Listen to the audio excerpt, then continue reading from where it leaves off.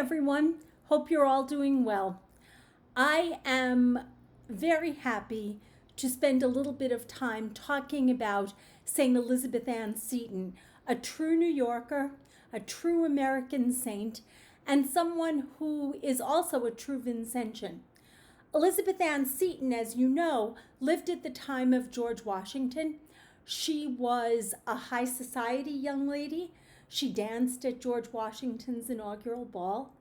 And she was a young woman with a very predictable life. By the time she was 29, she had lost her husband. Her husband died of an illness while she was in Italy.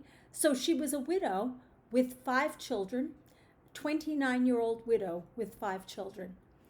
And as she was moving through her life, she decided that her faith, she was a faithful Anglican, and became Catholic because of her great love of the Eucharist.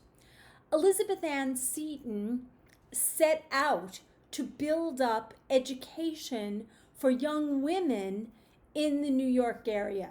She wanted to give young women opportunities that would help them grow as people. She also needed to make some money, and so she had hired herself out as a tutor and a teacher. When the bishop, and there was only one bishop in the United States at that point, Bishop Carroll, said to her, "What I would like you to do is expand this network of schools that would teach not only academics but faith." Elizabeth Ann Seton took up the challenge.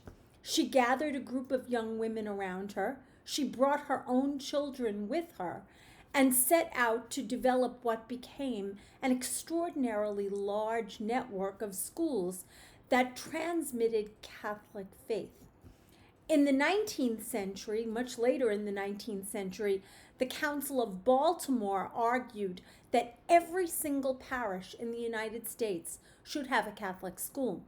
And that's all thanks to the work that was begun by St. Elizabeth Ann Seton. Why do I say she's a Vincentian?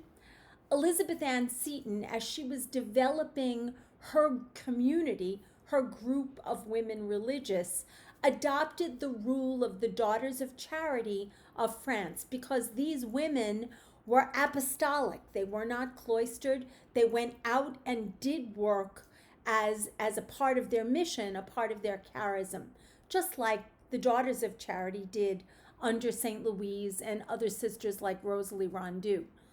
So she is a true Vincentian in that she adapted the rule of Vincent to meet the needs of the educational enterprise that she was building in the United States. I love Elizabeth Ann Seton. I think she's a great saint and a great role model, and I hope you enjoy reading about her and learning about her too. Have a great week.